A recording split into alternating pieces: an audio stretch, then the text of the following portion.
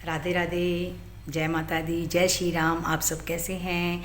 आशा करते हैं सब स्वस्थ और मस्त होंगे और अपने रोज़मर्रा के कार्यों में व्यस्त होंगे। पिछली वीडियो में मैंने बात की थी कि कन्या पूजन। हो सकता कुछ लोगों ने मेरी वीडियो नहीं देखी हो, लेकिन जिन्होंने देखी है उन्होंने देखा होगा कि मैंने उस वीडियो में कन्या पूजन के बारे में बताया है।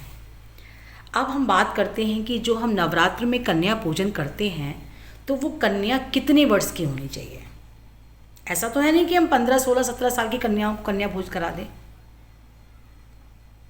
तो कन्याओं की आयु का भी महत्व होता है कि हमें किस आयु तक की कन्याओं को कन्या भोज कराना चाहिए। तो नवरात्रि में हम सभी कन्याओं को भोजन कराते हैं, लेकिन किस उम्र की कन्या को भोजन कराना चाहिए ये बहुत ज़रूरी है जानना। चलिए इसी विषय पर चर्चा करते हैं। कन्या भोजन के लिए 2 वर्ष से लेकर 10 वर्ष तक का, मेरा कहने का मतलब है कि कन्या का भोज जो है वो 2 वर्ष की कन्या से लेकर 10 वर्ष की कन्याओं तक को ही कराना चाहिए। उससे बड़ी कन्या नहीं लेना चाहिए। कन्या की हर वर्ष की आयु का एक महत्व है। ये महत्व मैं आपको बताती हूँ। जैसे 2 वर्ष की कन्या, 2 वर्ष की कन्या जो होती है ना, उसे हम कुमारी मानते हैं। उसका नाम होता है कुमारी। 2 वर्ष की कन्या खिलाने से घर के सारे दुख दरिद्रता दूर होती है जब हम 2 वर्ष की कन्या को खिलाते हैं। अब बात करते हैं 3 वर्ष की। 3 वर्ष की कन्या जो होती है उसको हम मानते हैं त्रिमूर्ति। 3 वर्ष की कन्या का नाम होता है त्रिमूर्ति। इसलिए 3 वर्ष की कन्या को भोज कराने से धन्य धान्य और परिवार का कल्याण होता है। इसीलिए हमें 3 वर्ष की कन्या का भी भोज कराना चाहिए। अब बात होती है 4 वर्ष की कन्या। 4 वर्ष की कन्या को हम मानते हैं कल्याणी। जितनी भी कन्याएं 4 वर्ष की होती हैं वो सब कल्याणी कही जाती हैं। दोबारा रिपीट करती हूँ, 2 वर्ष की कन्या कुमारी, 3 वर्ष की कन्या त्रिमूर्ति और 4 वर्ष की कन्या कल्याणी।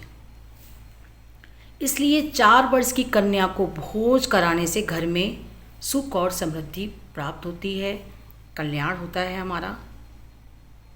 तो हमें 4 वर्ष की कन्या को भी भोज कराना चाहिए। अब बात आती है 5 वर्ष की। 5 वर्ष की कन्या का मतलब होता है रोहिणी। जितनी भी कन्याएं 5 वर्ष की होती हैं ना, वो सब रोहिणी का स्वरूप होती हैं, रोहिणी का रूप होती हैं।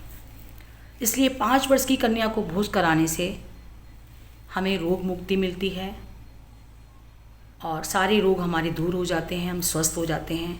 अगर किसी को रोग है, कोई बीमारी है, कोई कष्ट है शरीर में, तो 5 वर्ष की कन्या जरूर खिलानी चाहिए।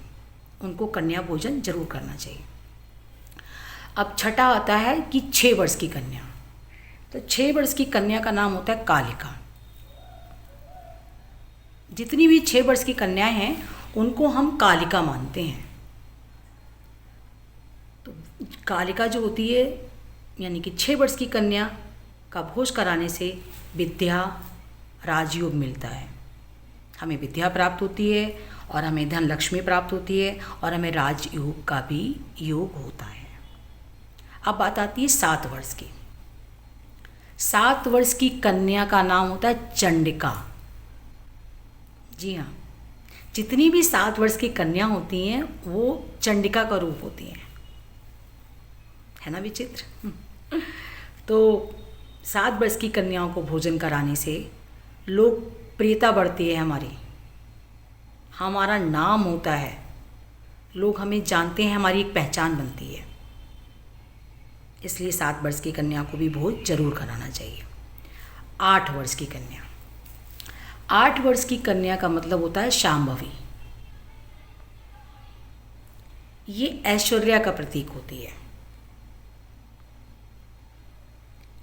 ऐश्वर्या बढ़ती है हमारी, हमारा नाम होता है, लोकप्रियता भी होती है, हम जाने जाते हैं समाज में। इसलिए हमें 8 वर्ष की कन्या यानी कि शांभवी को भी भोजन कराना चाहिए। अब बात आती है 9वीं कन्या की। 9 वर्ष की कन्या 9 वर्ष की कन्या होती है दुर्गा का रूप, दुर्गा का साक्षात रूप होती है 9 वर्ष की कन्या। तो हमें 9 वर्ष की कन्या को भी भोजन कराना चाहिए। 9 वर्ष की कन्या को भोजन कराने से शत्रु पर हमें विजय प्राप्त होती है। जितने भी हमारे शत्रु होते हैं ना, हमारी बुराई करते हैं, हमारे पीठ पीछे बोलते रहते हैं, उन सब के बारे में माँ दुर्गा हमें शांति देती है और विजय की प्राप्ति होती है। और जितने भी हम कार्य सोचते हैं अच्छे, हमारे अपने घर के लिए, हमारे बच्चों के लिए, समाज के लिए, उन सब में सिद्धि प्राप्त होती है, सारे कार्य हमारे पूरे होते हैं।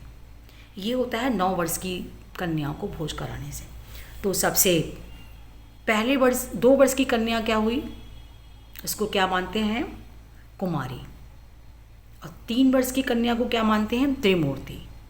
4 वर्ष की कन्या को कल्याणी, 5 वर्ष की कन्या को रोहिणी, 6 वर्ष की कन्या को कालिका, 7 वर्ष की कन्या को चंडिका, 8 वर्ष की कन्या को शांभवी और 9 वर्ष की कन्या को दुर्गा। अब आपकी सभी लोगों की समझ में आ गया होगा कि हमें कितने से कितने वर्ष की कन्या को भोज कराना चाहिए। 10 वर्ष की कन्या को भोज कराने से क्या होता है कि मनोरथ पूर्ण होने के लिए हम 10 वर्ष की कन्या को भोज कराते हैं। कन्या भोजन में कन्या के साथ एक लड़का भी बैठता है, जिसे हम लंगूर या लांगूर कहते हैं। लांगूर को हम बटुक या भैरव का स्वरूप मानते हैं। माना जाता है कि कन्याओं के साथ जब तक एक लड़का ना बैठे तब तक कन्या भोज पूरा नहीं मानते हैं। और मान्यता है कि वैष्णो देवी के दर्शन करने के बाद जब तक हम भैरव के दर्शन नहीं करते हैं तब तक वो यात्रा हमारी, वो तीर्थ यात्रा हमारी पूरी नहीं मानी जाती है। इसलिए कन्या पूजन में कन्याओं के साथ साथ लांगुर को भी बैठाना बहुत ज़रूरी है। और जब हम कन्याओं के साथ लांगुर को बैठाएंगे तभी हमारा कन्या पूजन पूर्ण माना जाता है और सफल माना जाता है। आप सब लोगों को कैसा लगा मेरा ये वीडियो, कृपया कमेंट्स में बताइएगा। जय माता की, राधे राधे, जय श्री राम।